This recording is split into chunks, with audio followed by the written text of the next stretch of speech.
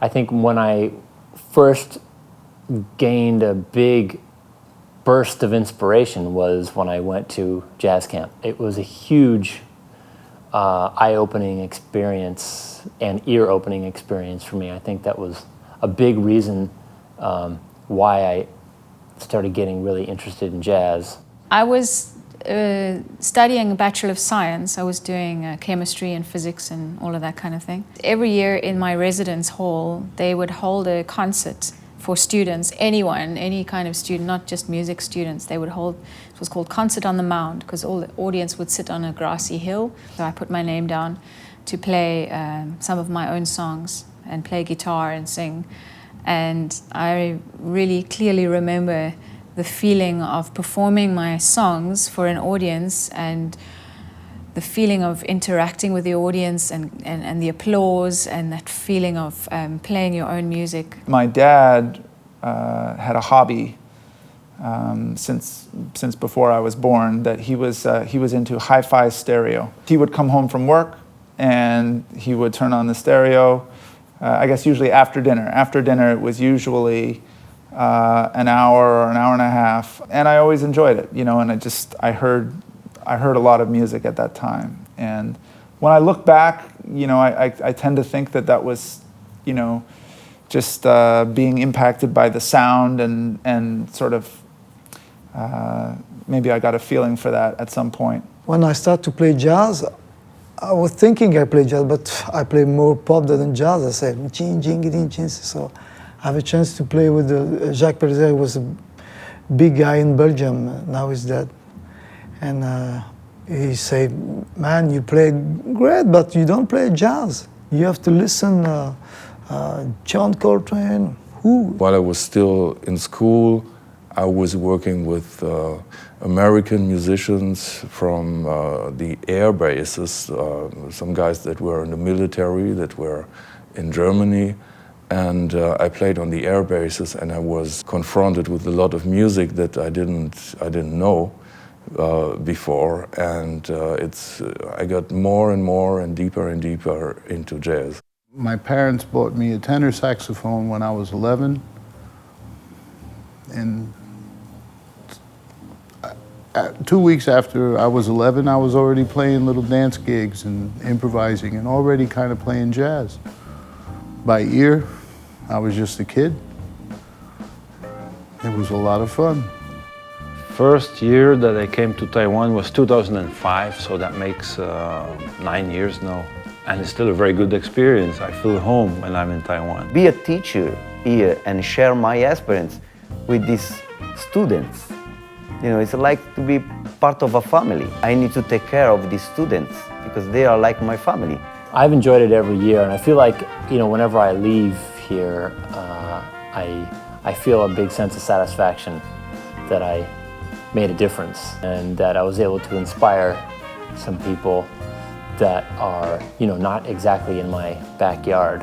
I remember very clearly my first time, because in a way I was shocked because I didn't know anything about Taiwan. I had never been here before, but I ended up being so impressed with the spirit of everybody and the way they responded and listened. Well, my experience is that it's really hard work because we, all of the teachers work from the morning till the late evening. But we really enjoy it because the students are so motivated and they really work hard on the material we give them. 在官方或者所谓的正式的教育体制还没有办法去 support 正式的爵士音乐的教育以及这种严谨的教育以外，我想 TISJA 应该在过去的10年当中扮演一个非常重要的角色。我们将许多国际上的知名的爵士乐音乐家，还有爵士乐的教育工作者，都带到台湾来，然后跟大家相处1个礼拜。那甚至我们又组织了之后的所谓的 reunion jam 或是很多相关的活动。爵士乐是黑人的没有错，爵士乐是美国来的没有错，但是这爵士乐的这个历史跟这个演进的过程也已经传到欧洲很多国家。那我们希望借由爵士营的老师，来自法国、来自意大利、来自荷兰、来自比利时、来自德国，然后甚至远从来自南非的这些老师，能够分享更多不同国家的爵士乐学习的技术与经验。For me, to be a good musician, you need to be first of all a good person. You need to make your life good in any case. And then when you get a good balance and try to live your life better that you can, when you decide to make some work, any work in the world, in that case it's like to be a musician, you need to make this work in the same level of your life. Key seems to be that you have to be really strict with yourself about setting the time aside, and that time has to be non-negotiable. You have to make a time in your schedule that this is my practice time. I know that I feel better as a person if I give myself that time. I feel more confident as a musician. It's really important to have a routine and have a very disciplined approach to it. You can't just practice for 3 hours one day and then let 2 weeks go by and then practice 4 hours again and expect to improve.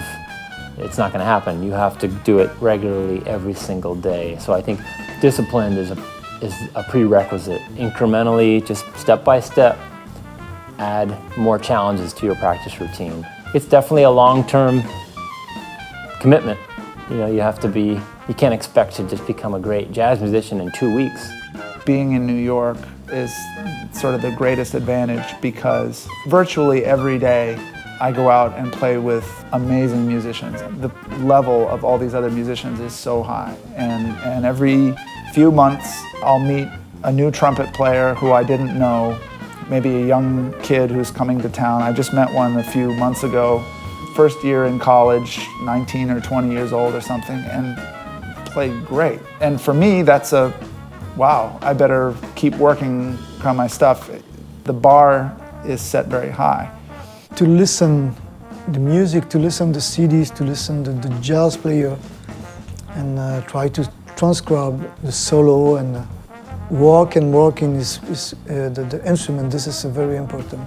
在这么短的时间内所学到这么多的音乐，其实，在爵士乐当中，你真正学习的不是那些歌曲，其实你是借由这些歌当做是一个载具，然后你去学这些方法。那借由这样的交流的时候，它其实不应该带给大家的是一种资讯的恐慌，反而是一种我要继续前进的一个动力。In the beginning, I also thought that there was pop music and classical music and jazz music, and I thought in like pigeonholes, like styles. And with the years and with the experience, I tried to forget about this and just try to make good music. I don't think about I have to play this, I have to play that because it's like this in the book. No, I don't think about the book. I read the book and I forget it. No, it's the music that counts. So it's a question of finding a balance between technique and knowledge. On the other hand, freedom, being creative. You should really try to find your own voice and your own idea on the instrument. For me nowadays, it's very much getting deeper and deeper into the music or in what I want to express. And when I'm on stage, I don't really care about competition or do I play faster than this guy or can I play over more difficult changes than this other guy. For me, it's more like what can I express or can I reach the audience with what I do. Over a period of time, you become more familiar with the instrument, you become more familiar with music, any kind of music. You become more familiar with the people who do the music. And it all takes time. That all takes time. And in one sense, it's never really finished. I guess you can live to be 1,000. You still would practice and you still would listen and you still understand that you don't know everything. 我们每一年在爵士营之后就会开始爵士同学会，就是这个 reunion jam。爵士营在3年前开始，我们跟日本的2个学校，一个是甲阳音乐院，一个是洗足音乐大学，然后另外一个是以色列耶路撒冷音乐与舞蹈学院的合作。那旅运券呢，总共为期10个月的课程，1个月1次，总共10堂课。那10堂课呢，我们不定期邀请特别来宾来，也是一样跟同学教导这些不同的技术。那他也可以借由这样子的旅运券的活动，在里面找到又跟他志同道合的乐手，然后学习合作的技术。实际上让大家认识爵士乐的传统以外，你只要怎么样去用这些爵士乐的能力，然后来做创新，然后来做所谓的这些整合，然后去做出各种不同的音乐，不管你是商业的音乐，或者是爵士乐，或者是原创的音乐也好，我都希望大家能够透过这样的洗礼，然后能够更认识音乐的本质。也是爵士乐的一个最重要的一个特色，就是你会因为这样认识更多音乐的本质。